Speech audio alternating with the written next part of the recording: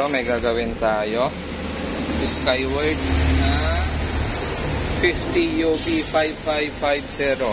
Ang problema ng unit, ayaw mag power on, pero mayroon siyang standby power. So kahit pindutin mo ito, ayaw mag power on. Yun, no? Ayaw mag on. Okay, buksan natin yung unit. At kung bago lang kayo sa aking channel, huwag kalimutan mag subscribe. So ito yung mainboard natin, power supply, built-in, lahat na andito. So mayroon siyang T-con sa ilalim, at ang gamit na top board ay Innolux. Yan, Innolux. Okay, board number. Okay. So ang problema ng unit natin, standby power lang, ayaw mag power on. Remote man o manual, ayaw mag power on. So gagawin natin, hahanapin natin kung may circuit na short. Yan, body ground lang tayo.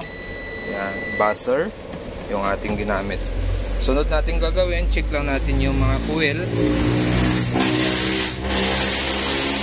Okay, walang buzzer dito. Okay rin, 385 ang resistance. Ito okay rin, 240 ang resistance. Ito okay rin, wala ding buzzer dito. Mayroon pa dito coil 161. Okay, wala ding buzzer. Mayroon pa isa dito 239 ohms. Okay, wala ding buzzer. Ito mayroon pa isa. Yan, so wala din. Normal naman yung circuit natin, ano? Lahat ng mga supply na kailangan lumabas sa mga coil na yan, wala namang shorted tayo na detect. So bakit tayo mag power on? So kung kabisado mo na yung trouble ng ganitong board, napakadali na lang nun. Pero kung hindi mo pa kabisado yung trouble na ganito, mahihirapan ka. Kasi nga yung short nito, may isang parts dyan na dinadaanan na hindi mo siya madetect dito, yung short. Madidetect mo lang yung short na yon kung doon ka mismo sa circuit na nagkaroon ng short circuit. So susunod natin gagawin ito, focus ko lang ito. Yan. So makikita mo dito yung transistor na ito. Ito, may supply ito. Pag dito ka nagtutok, walang buzzer yan. Pero pag dito ka nagtutok, may buzzer. So ibig sabihin yung circuit na ito to ground. Yan, o, short. Yan. Short yan. Okay. So ibig sabihin, wala dito yung mga short natin. Wala dyan. Normal circuit tayo dyan. Ang short natin dito sa area na ito. Yan. Gagamit tayo ng short killer. 1.7 volts. Mga nasa 5 ampere. So tutok tayo dito. Yan, tutukan natin to. Hahanapin natin kung saan yung short. Okay, so na-trace na natin ang problema. Gumamit tayo ng short killer na 1.7. Kasi yung circuit na ito, yung supply nito ay 3.3. Yan, check ngayon natin. Yan, ito may buzzer, no? Pero pagdating dito, yun, no, wala na. Open circuit na. Yan, open circuit na. So ito mayroon. Pagdating dito, okay na. Yan. So nakuha natin yung trouble. Short lang yung SMD cap. Okay. So may mga video na rin tayo niyan dati. Talagang kitang-kita kung ano yung ginawa natin doon. Okay. Testing natin. Yan, may standby power na siya. Power on natin. Tingnan natin kung magbago ang ilaw. Hindi, ayaw.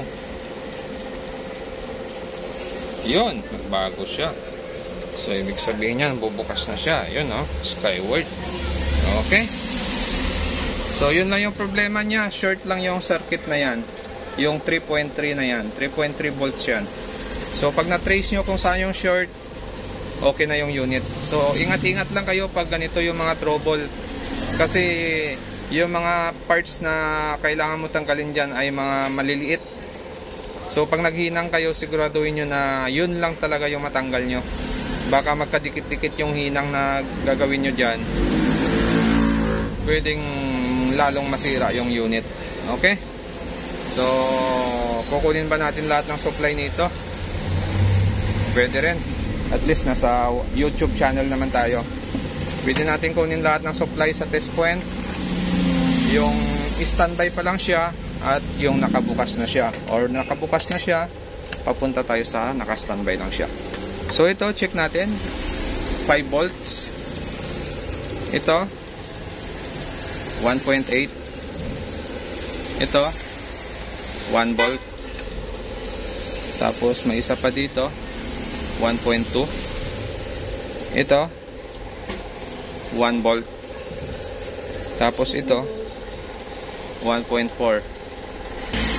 okay, sunod ito 3.3. yan, tapos ito yung nag-short na circuit ay 3.3 din.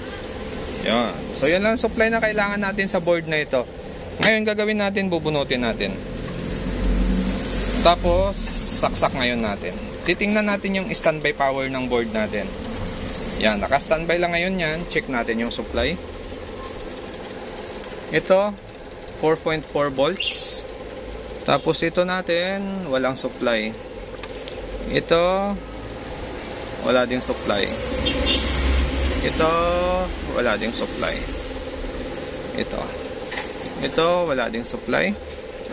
Itong isang coil may supply 1.4. okay, so ito may supply. Ito dapat 3.3 ito, dahil ito yung standby power natin. So ito lang may supply sa kanila, saka ito. Yung iba wala nang supply yon. Magkakaroon lang ng supply yon pag nag-power on na yung unit natin. Okay? So okay na ito. Hanggang dito na lang yung video natin, at sa susunod ulit natin na video